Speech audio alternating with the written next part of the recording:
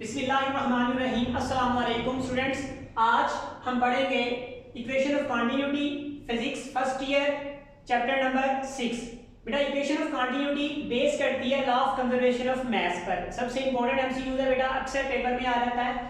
तो बेटा ये एक्चुअल में इक्वेशन ऑफ मास को ही लेके हमने इसको ड्राइव किया हुआ है और हमें इंफॉर्मेशन देती है बेटा स्पीड और एरिया के मुतालिक। जिस पाइप में से बेटा फ्लूइड फ्लो कर रहा है या लिक्विड फ्लो कर रहा है उस पाइप का क्रॉस सेक्शन एरिया और उसके अंदर से फ्लो करने वाला लिक्विड, उन दोनों की वेलोसिटी और एरिया के दरमियान क्या रिलेशन है, वेलोसिटी और पाइप के एरिया के दरमियान क्या रिलेशन। तो बेटा याद रखें, जहां पर एरिया ज्यादा होगा वहां पर वेलोसिटी कम होगी, जहां पर एरिया कम होगा वहां पर वेलोसिटी ज्यादा होगी।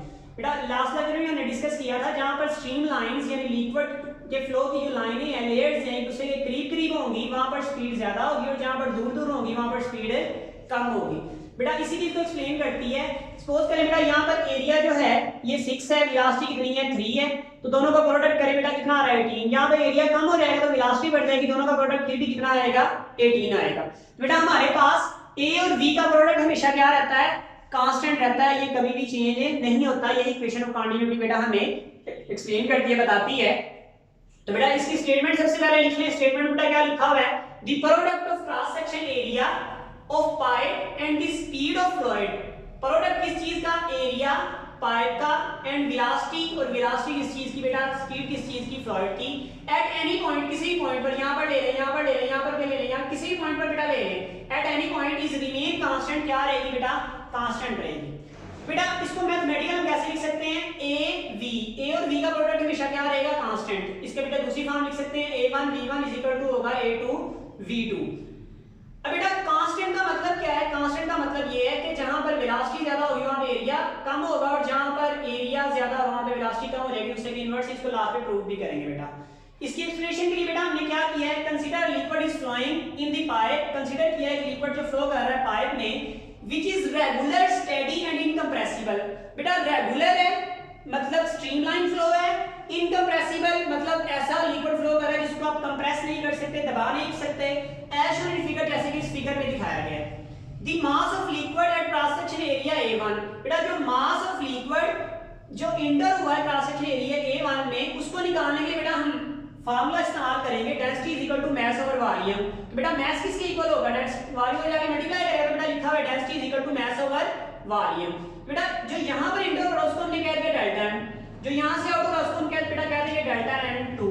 यहां पर हमारे पास डेल्टा m1 है और यहां पर हमारे पास क्या है डेल्टा m2 है जो यहां से बाहर निकल रहा है। तो बेटा मास निकालने के लिए v से डिवाइड करें, इस साइड में जाके मल्टीप्लाई करेगा तो बेटा हमने इसको कह दिया delta m is equal to rho into v1, क्योंकि मास बेटा किसके इक्वल आएगा, रो मल्टीप्लाई बाय वॉल्यूम, तो रो मल्टीप्लाई बाय बेटा वॉल्यूम। अब बेटा कुछ इंपॉर्टेंट पॉइंट्स और काफी इंपॉर्टेंट पॉइंट्स है बेटा, ये याद रखिएगा। जब भी किसी जगह पे बेटा तीन लेंथ मल्टीप्लाई करें, length multiply by width multiply by height, मतलब तीन लंबाइयां मल्टीप्लाई करें तो बेटा वॉल्यूम होता है। और दो लेंथ मल्टीप्लाई करें जैसे length multiply by width is equal to बेटा क्या होता है, एरिया। बेटा देखिए इन दोनों की जगह पर हमने बेटा क्या प्लेस कर दिया, length multiply by length, length multiply by length बेटा किसके इक्वल हो गया, एरिया के, और ये लेंथ बेटा हमारे पास इस तरह से आ गई। तो बेटा हमारे पास वॉल्यूम किसके इक्वल हो गया, एरिया मल्टीप्लाई बाय लेंथ। बेटा यहां पर जो इंटर हो रहा है लेंथ कितनी है, ये है डेल्टा x1। तो बेटा क्या लिखेंगे, v1 इज इक्वल टू बेटा इसकी जगह पे a1 आ रहेगा और इसकी जगह पर क्या आ रहेगा delta x1। Put this value in equation number 1। ये वैल्यू बेटा किससे पुट करें, इक्वेशन नंबर 1 में। इक्वेशन नंबर 1 बेटा हमारे पास क्या है, इक्वेशन नंबर बेटा 1 हमारे पास ये है। तो क्या रहेगा डेल्टा m1 रो 1 बेटा उसी तरह से, और v1 की वैल्यू, v1 बेटा किसके इक्वल है, ये वाली v1 की बेटा वैल्यू यहां पर प्लेस कर दें, a1 डेल्टा x1। आपने बेटा 9th क्लास में नेक्स्ट पढ़ा था distance is equal to velocity multiply by time, या s is equal to v multiply by t। तो बेटा डिस्टेंस यहां पर जो पहले वाला डिस्टेंस है जहां पर एरिया थोड़ा है उसको क्या नाम दे दिया, डेल्टा x। वेलोसिटी यहां पर किसको क्या नाम दे देंगे, v1, और टाइम बेटा कांस्टेंट रहेगा, दोनों चीजों में टाइम की वैल्यू चेंज नहीं होगी। सो इक्वेशन 2 बिकम्स, इक्वेशन 2 बेटा ये यहां पर डेल्टा m बेटा वैसे ही आ जाएगा, रो वैसे ही आ जाएगा, a1 और बेटा डेल्टा x का क्या रहेगा, v1 multiply by delta t। तो बेटा क्या रहेगा, v1 multiply by delta t, और डेल्टा m1 इसको बेटा अरेंज करके लिख सकते हैं, रो a1 v1 delta t। Equation number बेटा क्या हो जाएगी, 3 हो जाएगी। Now the mass of liquid at cross section area A2, बेटा वो मास जो यहाँ पर है एरिया A2 है किसके इक्वल होगा, delta M2 is equal to rho two V2, जैसे बेटा delta M1 is equal to rho into V1 था, यहाँ बेटा क्या हो जाएगा delta M2 is equal to rho into V2। बेटा V2 यहाँ से आप निकाल सकते हैं A2 इनटू डेल्टा x2, जैसे बेटा सिंपल हमने यहाँ पे किया था V1 is equal to A1 x1, तो बेटा हमारे पास क्या रहेगा V2 की ये वैल्यू पुट कर दें A2 into delta x2, delta x किसके इक्वल होगा V2 multiply by delta t, बेटा सेम ऐसे ही delta x is equal to V1 multiply by delta t था, तो डेल्टा x2 किसके इक्वल होगा V2 multiply by delta t। तो बेटा अब देखें ये वाली डेल्टा x की वैल्यू यहाँ पर पुट करें तो बेटा डेल्टा m2 हमारे पास किसके इक्वल आ जाएगा रो A2 और V2 multiply by delta t। बेटा रेल करके लिखेंगे तो delta m2 is equal to rho A2 V2 multiply by delta t आ जाएगा। इक्वेशन ऑफ कंटिन्यूटी मैंने पहले बार आपको क्वेश्चन शुरू होने से बताया था कि इक्वेशन ऑफ कंटिन्यूटी बेस करती है लॉ ऑफ कंजर्वेशन ऑफ मास पर। वो क्या है बेटा, मास डेल्टा m1 और डेल्टा m क्या होंगे, दोनों इक्वल होंगे, मतलब law of conservation of mass के according mass can not be change, mass change नहीं होता but it can be converted into one form to another form.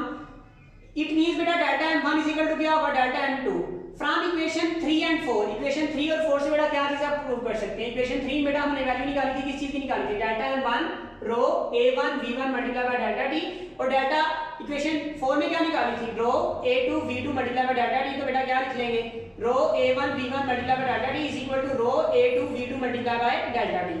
बेटा A1 और V1 को इधर रखें, रो डेल्टा t को इधर आगे डिवाइड कर दें, तो बेटा रो से क्या हो जाएगा कैंसिल, डेल्टा t से कैंसिल, तो A1 V1 is equal to आ जाएगा A2 V2।